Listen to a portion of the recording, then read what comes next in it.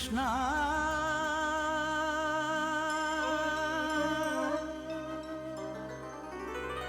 കൃഷ്ണ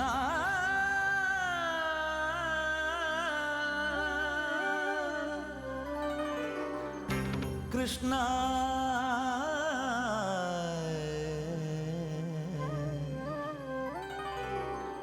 കൃഷ്ണകൃപാസാഗരം കൃഷ്ണകൃപാസാഗരം അതിൽ ഭക്തനൊരാന്തോളനം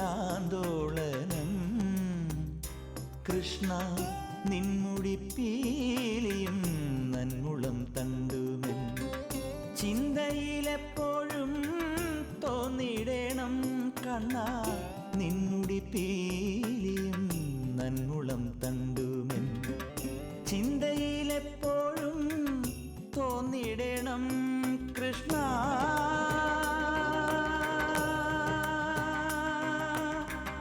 കൃഷ്ണ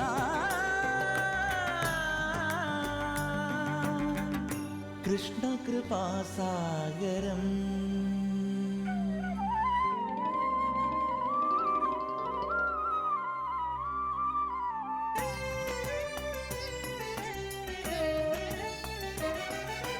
നീരദ ശ്യാമളം കോമളം തനുവണിയുമൊരാവനമാലയും ചേലയും കാഞ്ചിയും തിരുകൗസുഭമണിയും മാറണിഞ്ഞ ഹരിചന്ദനാഭയോടു കാണണം മനസ്സി ഗോപബാലനെ കേളിയാടി വന വേണുദിരസലാസ്യ ഭാവമൊടു രാസലീല തുടരൂ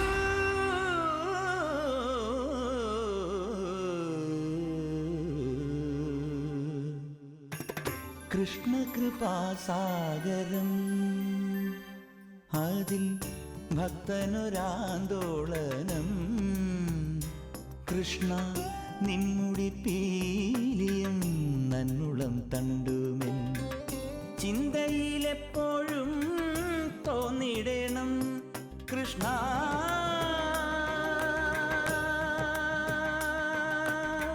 കൃഷ്ണ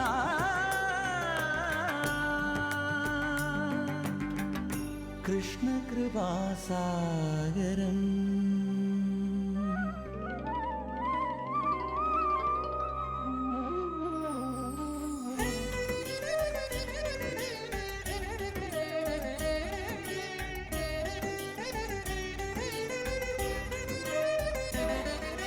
കാളിയ മർദ്ദനം നർത്തനം യദുകുലപരിപാലനമാകുലം തീർക്കുവാൻ പാർത്ഥനെ വരഗീതകളരുളിയ മീന കൂർമ്മ കിഴി നാരസിംഹവടു രാമ രാമ ബലരാമ കൃഷ്ണനായി കൽക്കിയായി ദശരൂപമാർന്നതും വാസുദേവ മധുസൂദനായ നൃഹരേ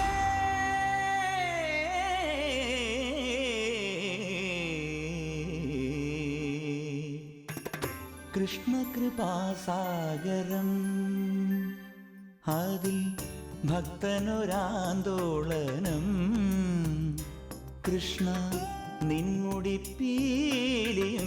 നന്മുളം തണ്ടുമെൻ ചിന്തയിലെപ്പോഴും തോന്നിടേണം കൃഷ്ണ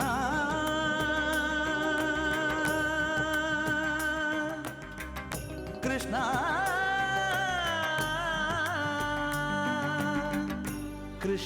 കൃഷ്ണകൃപാസാഗരം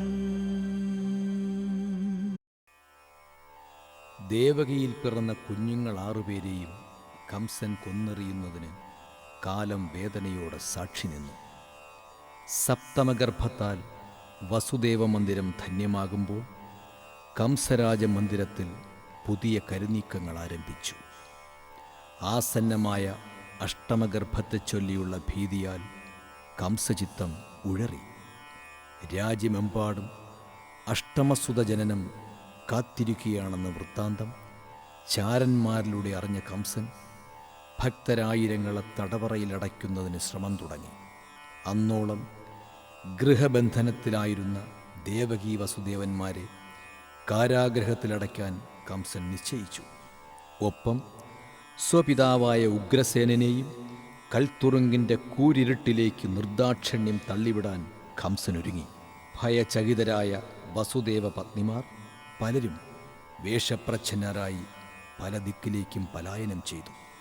അക്കൂട്ടത്തിൽ രോഹിണി ദേവിക്ക് അഭയസ്ഥാനമായി വിധിച്ചത് അമ്പാടിയായിരുന്നു.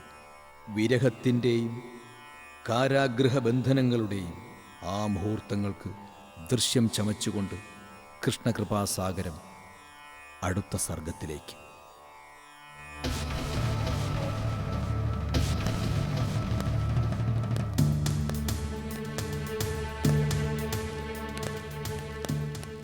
വസുദേവർ, നാം ഒരു സദ്വാർത്ത അറിയിക്കുവാനാണ് വന്നത്. താങ്കളുടെ ഗൃഹബന്ധനം കഴിഞ്ഞിരിക്കുന്നു. പകരം കാരാഗ്രഹബന്ധനം ഭാര്യാസമേതം.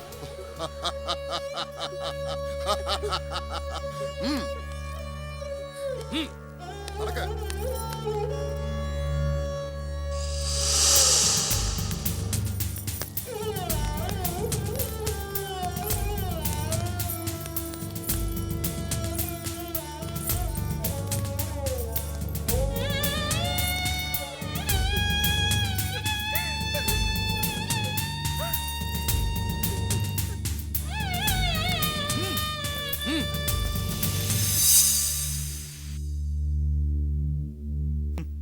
കഷ്ടം, എത്ര നേരമായി ഇതേ നിൽപ്പ്. എന്നാ എന്റെ സംശയം. നിനക്കത് എങ്ങനെ പറയാൻ തോന്നി കുമ്പിനാഥ? ഈ നാടിന്റെ യഥാർത്ഥ മഹാരാജാവാണ് ഈ നിൽക്കുന്നത്. പറഞ്ഞിട്ടെന്ത് കാര്യം? കാലക്കേടിനൊരു മകന് ജന്മം നൽകിപ്പോയില്ലേ? അത് ശരിയാ. സ്ഥാനഭ്രഷ്ടനാക്കി അധികാരം പിടിച്ചെടുത്തതും പോരാഞ്ഞിട്ട് കാരാഗൃഹത്തിൽ അടയ്ക്കുകയും, അതും സ്വന്തം പിതാവിനെ. ഞാനൊന്നും കേട്ടില്ല. എനിക്ക് കുറച്ചു കാലം കൂടെ ജീവിക്കണമെന്നുണ്ട്. അറിയാമല്ലോ, കാരാഗ്രഹത്തിന്റെ ചുമരുകൾക്കും ചെവിയുണ്ട്. ഭീരുക്കൾ. ആഹാ, അപ്പോ ഞാൻ വിചാരിച്ചു പോലും സംഭവിച്ചിട്ടില്ല. എന്തു വിചാരിച്ചു? നമ്മുടെ പ്രജ്ഞയറ്റെന്നോ? പ്രഭു, അങ്ങ് പൊറുക്കണം. മധുരാദേശത്തിന്റെ മാനം നശിപ്പിക്കാൻ തുനിയുന്ന ധിക്കാരിക്ക് സ്തുതി പാടുന്ന നിങ്ങളോടോ? അങ്ങയുടെ കാലത്ത് ഭടന്മാരായവരാണ് ഞങ്ങൾ. പക്ഷെ ഇന്ന് കംസ മഹാരാജാവിന്റെ സേനാംഗങ്ങൾ. അനുസരിക്കുക, കൽപ്പന നടപ്പിലാക്കുക, അത് മാത്രമല്ലേ പ്രഭു ഞങ്ങൾക്കാകൂ. ആജ്ഞാപിച്ചവ ധർമ്മത്തിന് നിരക്കുന്നതാണോ എന്നുകൂടി നോക്കാവുന്നതാണ് ഭടന്മാർക്കും. രാജാവല്ല അവസാന വാക്ക്, ഭഗവാനാണ്.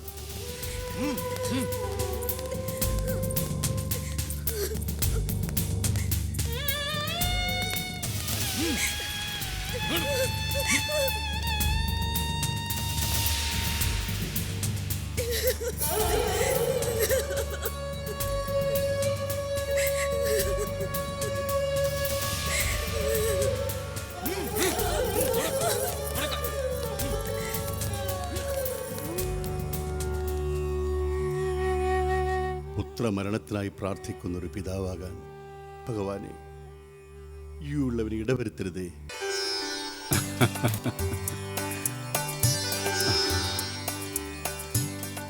ദേവി, നമ്മുടെ ശ്രീകൃഷ്ണ അവതാരത്തിന് കാലമായി. ഭഗവൻ, ദേവകി ദേവി സപ്തമഗർഭം ധരിച്ചു കഴിഞ്ഞിട്ടല്ലേ ഉള്ളൂ? അതേ ദേവി, പക്ഷേ ആ സപ്തമഗർഭം സംഘർഷണം ചെയ്ത് രോഹിണി ദേവിയിൽ നിക്ഷേപിക്കുകയാണ്. കാരണം സപ്തമൻ കംസനാൽ വധിക്കപ്പെടേണ്ടവനല്ല, ഭൂമിയിൽ വാഴേണ്ടവനാണ്. ശ്രീകൃഷ്ണ ജ്യേഷ്ഠനായി, സഹചാരിയായി. ദേവി, ദേവകി ദേവിയുടെ സപ്തമസുതനായി പൂജാതനാകാൻ പോകുന്നത് ആരാണെന്നറിയാമോ?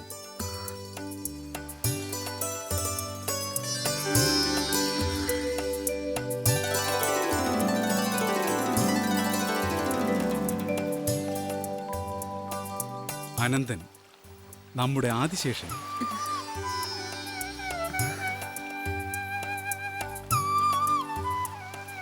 ആദിശേഷൻ നമ്മുടെ മുൻ അവതാരത്തിൽ അനുജനായിട്ടാണല്ലോ പിറന്നത്. അതെ, ശ്രീരാമ ഭഗവാന്റെ അനുജനായ ലക്ഷ്മണൻ. നമ്മുടെ രാമാവതാര ലക്ഷ്യം നിറവേറ്റുന്നതിനായി ഏറെ മനോവ്യഥകൾ അനുഭവിക്കേണ്ടി വന്നൊരു ജന്മം. അതുകൊണ്ടാണ് ഈ ജന്മത്തിൽ നമ്മുടെ ജ്യേഷ്ഠ സഹോദരനായി അവതാരം കൊള്ളുവാൻ നാം നിശ്ചയിച്ചത്. ഉചിതമായി ഭഗവൻ.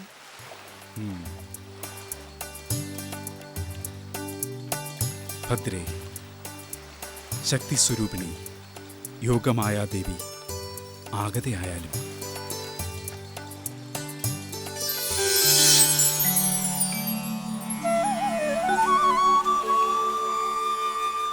പരമ്പൊരുളായ ഭഗവാൻ ആജ്ഞാപിച്ചാലും ദേവി, ദേവകീ ദേവിയുടെ സപ്തമ ഗർഭത്തിൽ സംഭവ്യനായിരിക്കുന്നത് നമ്മുടെ അംശം തന്നെയായ ആദിശേഷനാണ്. ശുഭേ, യോഗമായ ദേവി, ദേവി ദേവകീ വസുദേവ സവിധത്തിൽ ചെല്ലണം. അവരിപ്പോൾ കംസന്റെ കാരാഗ്രഹത്തിലാണ്. ദേവി അവിടെ എത്തി ദേവകീ ദേവിയിലെ ഗർഭസ്ഥ ശിശുവിനെ ആവാഹിക്കണം. അനന്തരം അത് വസുദേവ പത്നിമാരിലൊരാളായ രോഹിണീ ദേവിയിൽ നിക്ഷേപിക്കണം. കംസക്രൗര്യം ഭയന്ന് രോഹിണീ ദേവി ഇപ്പോൾ അമ്പാടിയിലെ നന്ദഗൃഹത്തിലാണുള്ളത്. രോഹിണീസുതനായി അനന്തൻ, നമ്മുടെ ആദിശേഷൻ അവതരിക്കട്ടെ. അതിന് യോഗമായാദേവി മാർഗം തെളിച്ചാലും. ആജ്ഞ പോലെ. ഭദ്രേ, രോഹിണീ ദേവിയിൽ ആദിശേഷൻ അവതരിച്ചു കഴിഞ്ഞാൽ ദേവകീ ദേവിയിൽ നാം കൃഷ്ണാവതാരം കൈക്കൊള്ളും. ശ്രീകൃഷ്ണാവതാരം സംഭവിക്കുമ്പോൾ തന്നെ ജനിക്കാനാവും വിധം ദേവി നന്ദഗോപ പത്നിയായ യശോദാദേവിയിൽ അവതരിക്കണം. എല്ലാം ഭഗവാന്റെ ഇച്ഛ പോലെ. ഭൂമിയിൽ യശോദാദേവിയിൽ അവതരിക്കുന്ന യോഗമായാദേവി മനുഷ്യകുലമുള്ളിടത്തോളം കാലം ആരാധ്യയായി നിലനിൽക്കും. മാനവർ പല നാമധേയങ്ങൾ സങ്കൽപ്പിച്ച് പല രൂപങ്ങൾ സ്വസങ്കൽപ്പങ്ങളാൽ പകർന്ന് ദേവിയെ ഉപാസിക്കും. ആർഷഭാരതദേശത്ത് കന്യാകുമാരി മുതൽ കാശ്മീര ദേശം വരെ ദേവി പല പല നാമധേയങ്ങളാൽ വാഴ്ത്തപ്പെടും.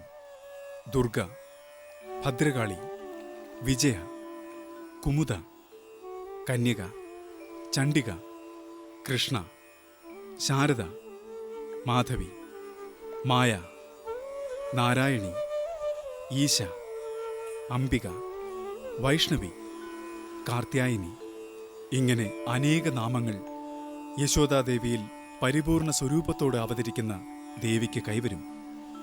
കാമമോഹബന്ധിതരായ സാധാരണ ജനങ്ങൾ ഐശ്വര്യസിദ്ധിക്കായി ദേവിയെ പൂജാദ്രവ്യങ്ങളാലും നിവേദ്യങ്ങളാലും പൂജിക്കും. എല്ലാം ദേവാജ്ഞ പോലെ.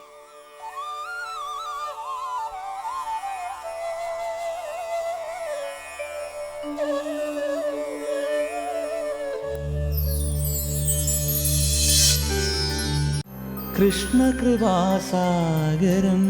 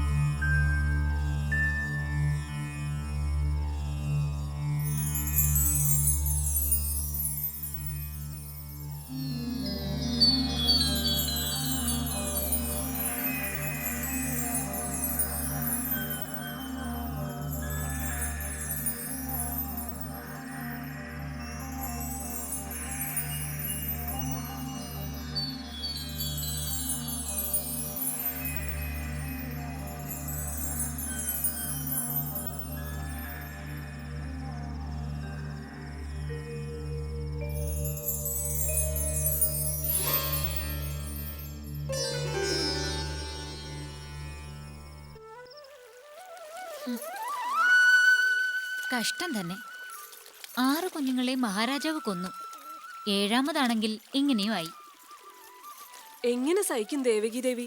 ഞാനായിരുന്നെങ്കിൽ എന്നേ വല്ല കിണറ്റിലും ചാടി ജീവൻ കളയുമായിരുന്നു. 6 മാസം ചുമന്നിട്ട് ഇങ്ങനെയൊക്കെ സംഭവിക്കാന്ന് വെച്ചാൽ അയ്യോ, ഞാനിതുവരെ കേട്ടിട്ടില്ല ഇത്രയും കാലം കഴിഞ്ഞിട്ടൊരു ഗർഭസ്രാവം. ഭയന്നിട്ടാ ആറ്റുനോറ്റ് 10 മാസം തികച്ചിട്ടെന്താ, മഹാരാജാവ് തൂക്കിയെടുത്ത് ബലിക്കല്ലിൽ അടിക്കും. അതൊക്കെ ഓർത്ത് പേടിച്ച് തന്നെയാ ഇങ്ങനൊക്കെ സംഭവിച്ചേ. ശരിയായിരിക്കും, വല്ല ദുസ്വപ്നം കണ്ട് ഞെട്ടിയതായിരിക്കും. അതല്ലാതെ ഇങ്ങനൊന്നും സംഭവിക്കില്ല. ഇനിയുള്ള കാര്യം ആലോചിക്കുമ്പോഴാ മനസ്സിന് ഇത്തിരി സമാധാനം. 8ാമത്തേത് പുത്രൻ തന്നെയായിരിക്കുമെന്നും ആ പുത്രൻ മഹാരാജാവിനെ കൊല്ലുമെന്നുമല്ലേ കേൾക്കുന്നത്. അത് നടന്നാലേ ഈ മധുരാദേശം രക്ഷപ്പെടൂ. ഷോ, പതുക്കെ പറ, ആരെങ്കിലും കേട്ടാൽ.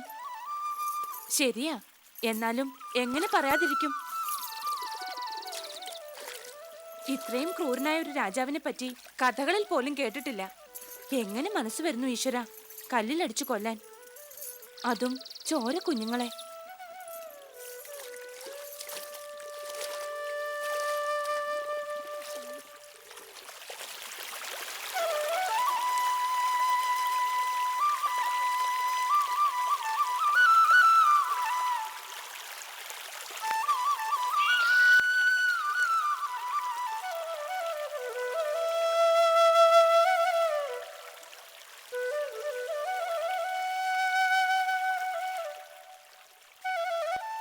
വസുദേവരാജന്റെ മന്ദിരത്തിലേക്ക് ഇത് തന്നെയല്ലേ വഴി? അതെ. എവിടുന്ന് വരുന്നു? അമ്പാടിയിൽ നിന്ന്. എന്റെ പേര് ദേവവതി. അവിടെ രോഹിണി ദേവിയെ കാണാറുണ്ടോ?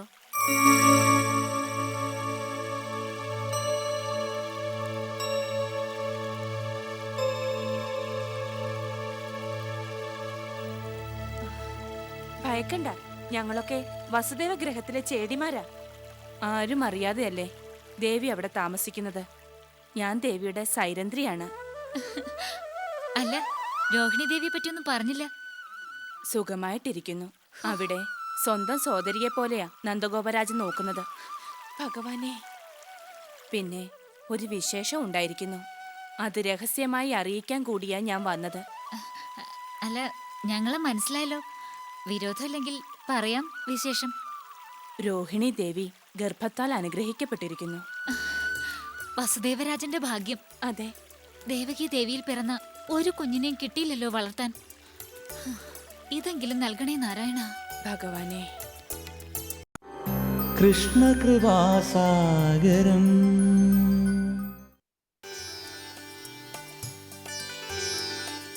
ദേവി, ആദിശേഷാവതാരം സംഭവിച്ചു കഴിഞ്ഞു. എല്ലാം യോഗമായാദേവി ഭംഗിയായി നിർവഹിച്ചു. ഇനി കൃഷ്ണാവതാരം. 1000 ശിരോരത്നങ്ങളാൽ സകല ദിക്കുകളും പ്രകാശമാനമാക്കുന്ന ആനന്ദമൂർത്തി. കശ്യപ പ്രജാപതിയുടെ പുത്രനായി ജനിച്ചപ്പോഴുള്ള രൂപം ഓർമ്മയുണ്ട്. അത് നാഗരൂപം തന്നെയായിരുന്നു. ശ്രീരാമാവതാര കാലത്ത് ലക്ഷ്മണനായി അവതരിച്ചപ്പോഴുള്ള മാനവരൂപവും ഓർമ്മയുണ്ടിപ്പോഴും. ആദിശേഷമൂർത്തിയുടെ പുതിയ മനുഷ്യാവതാരം ദർശിക്കാൻ ഭഗവാൻ അതിയായ ആകാംക്ഷ. ലക്ഷ്മണാവതാരം നമ്മുടെ സോദരനായിട്ടായിരുന്നുവെങ്കിൽ ഇവിടെ ജ്യേഷ്ഠ സോദരനായി. അതുമാത്രമല്ല വ്യത്യാസം. ആർഷഭാരതദേശത്തെ പുണ്യതീർത്ഥങ്ങളിലെല്ലാം ചെന്നെത്തുവാനുള്ള ഭാഗ്യം സിദ്ധിച്ച വിശുദ്ധ ജന്മമാണ് ദേവി ഇപ്പോൾ സംഭവിച്ചിരിക്കുന്നത്. ദൗത്യങ്ങൾ ധാരാളം. ഹലായുധനായി ജലപ്രവാഹിനികളെ വിളനിലങ്ങളിലേക്ക് ആനയിക്കുന്ന കർമ്മത്തിൻ്റെ പാഠങ്ങൾ മനുജർക്ക് സമ്മാനിക്കും ബലരാമൻ. അസുരനിഗ്രഹങ്ങൾ പലതും അനുഷ്ഠിക്കും ബലഭദ്രരാമൻ. ദേവി, നമ്മുടെ ആ അംശാവതാരത്തിൻ്റെ ബാലരൂപം ദർശിച്ചാലും.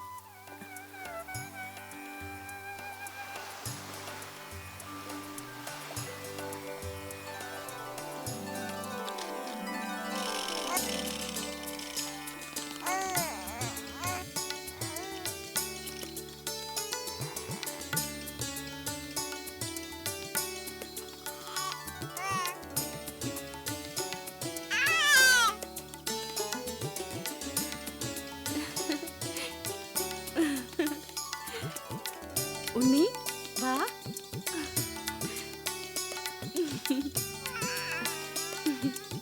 ഉണ്ണി വാ.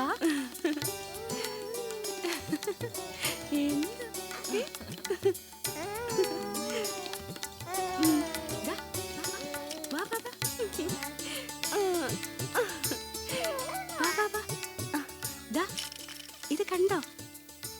ഇഷ്ടായോ? ഇതാണ് ചക്രത്താല കിളി.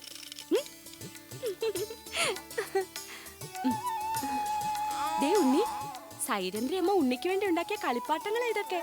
അതുകൊണ്ട് സൈരന്ദ്രി അമ്മയ്ക്ക് ഒരു ഉമ്മ കൊടുക്കല്ലേ? വേണ്ടെങ്കി വേണ്ട. ഉണ്ണി വലുതാവുമ്പോ സൈരന്ദ്രി അമ്മയും കൂട്ടി മധുരാപുരിയിലേക്ക് ചെല്ലാം. അവിടെ ഉണ്ണിയുടെ താത മഹാരാജനുണ്ടല്ലോ. അച്ഛനെ കൊണ്ട് കൈ നിറച്ച് സമ്മാനം വാങ്ങിക്കൊടുക്കാ സൈരന്ദ്രി അമ്മയ്ക്ക്, അല്ലേ? ഒന്നും വേണ്ട ഈ ഉള്ളവൾക്ക്. എങ്ങും വരുന്നുമില്ല ഈ അമ്പാടി വിട്ട്. രോഹിണി ദേവിക്ക് എത്രയും വേഗം ഭർത്തൃസവിധം ചെല്ലാനാവട്ടെ എന്ന പ്രാർത്ഥന മാത്രമേയുള്ളൂ മനസ്സിൽ. ആൺകിടാങ്ങൾ അച്ഛനെ കണ്ടു വളരണം. ഈ നേരത്ത് അതൊന്നും ഓർമ്മിപ്പിക്കരുതായിരുന്നു സൈരന്ദ്രി അമ്മേ. ഇന്ന് സന്തോഷിക്കാനുള്ള ദിവസമല്ലേ? ഉണ്ണി പല്ലപ്പം ഉണ്ട ദിവസം. സഖി, സൈരന്ദ്രി അമ്മ പറഞ്ഞതിൽ തെറ്റൊന്നുമില്ല. ഈയുള്ളവളുടെ ആഗ്രഹവും അതുതന്നെയാണ്. പക്ഷേ ഇനിയൊരാഗ്രഹം കൂടെ ഉണ്ട്. ആഗ്രഹമല്ല, പ്രാർത്ഥന. ഇവിടെ നിന്ന് പോകുന്നതിന് മുമ്പ് യശോദാദേവിക്ക് ഒരു കുഞ്ഞിക്കാല് കാണാനുള്ള ഭാഗ്യം ഉണ്ടാകണേന്ന പ്രാർത്ഥന.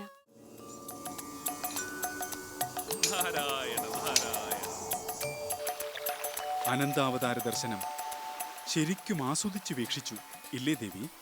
അതെ ഭഗവൻ, സന്തോഷമായി. ഇനി കൃഷ്ണാവതാര ദർശനത്തിന് ആകാംക്ഷയാണ് ഉള്ളിൽ നിറയെ. കാലം ഇനി അതിനധികമില്ല ദേവി. ധരാദേവിയോട് അരുൾ ചെയ്ത വിധം നാം ഭൂമിയിൽ അവതരിക്കുകയാണ്.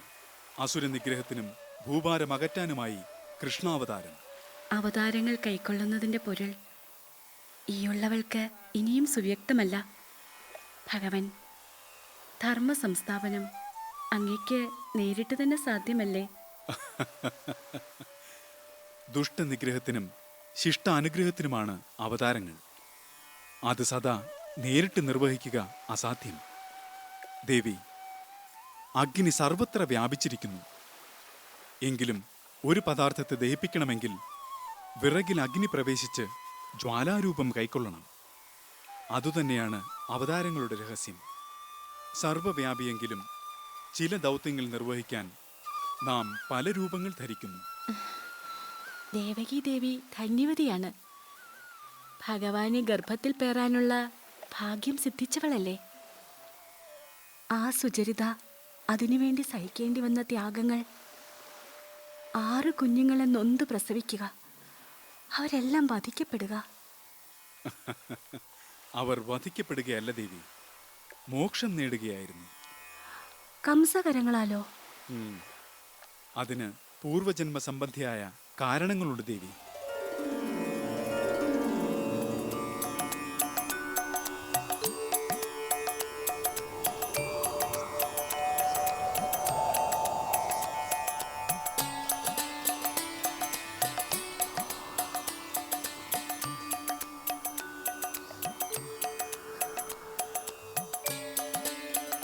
നമോ വാഗം.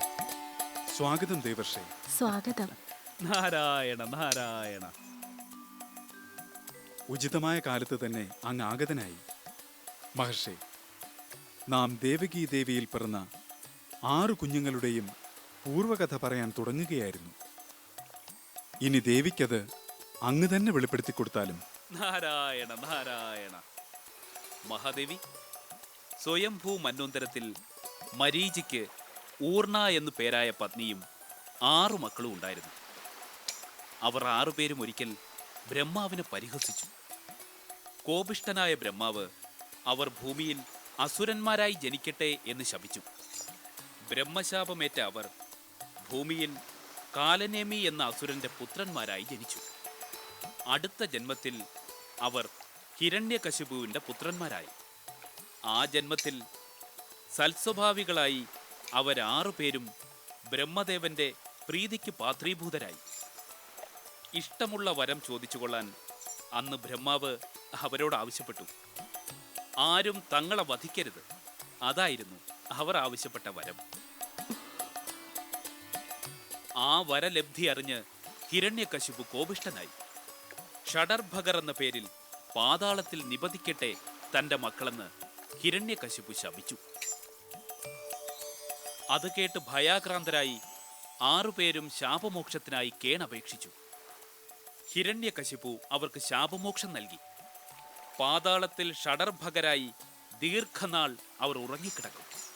കാലങ്ങൾക്കപ്പുറം അവരുടെ മുജ്ജന്മത്തിലെ പിതാവായ കാലനേമി ഭൂമിയിൽ കംസനായി അവതരിക്കും. അപ്പോൾ ദേവകീ ഗർഭത്തിൽ അവർ 6 പേരും ജനിക്കും. കംസൻ അവരെ നിലത്തടിച്ചു കൊല്ലും. അപ്പോൾ അവർക്ക് മോക്ഷം സിദ്ധിക്കും. മഹാദേവി, ഇതാണ് ദേവകീ ഗർഭത്തിൽ പിറന്ന 6 പുത്രന്മാരുടെയും പൂർവവൃത്താന്തം. നാരായണ നാരായണ. സാധാരണ ജീവോൽപത്തി മാതാപിതാക്കളുടെ രേതസംബന്ധം മൂലമാണ് സംഭവിക്കുന്നത്. കൃഷ്ണാവതാരം അങ്ങനെയല്ല. ധ്യാനമാത്രയിൽ ഭഗവത് തേജസ് വസുദേവ ഹൃദയത്തിലും അവിടെ നിന്ന് ദേവകി ജഠരത്തിലും വ്യക്തിരൂപേണ വിളങ്ങുകയായിരുന്നു. ഭക്തവസുദേവ ചിത്തത്തിൽ സ്വതേ വിളങ്ങിക്കൊണ്ടിരുന്ന ഭഗവത് സ്വരൂപം പ്രത്യേക മൂർത്തീഭാവം ധരിച്ചു എന്നു മാത്രം.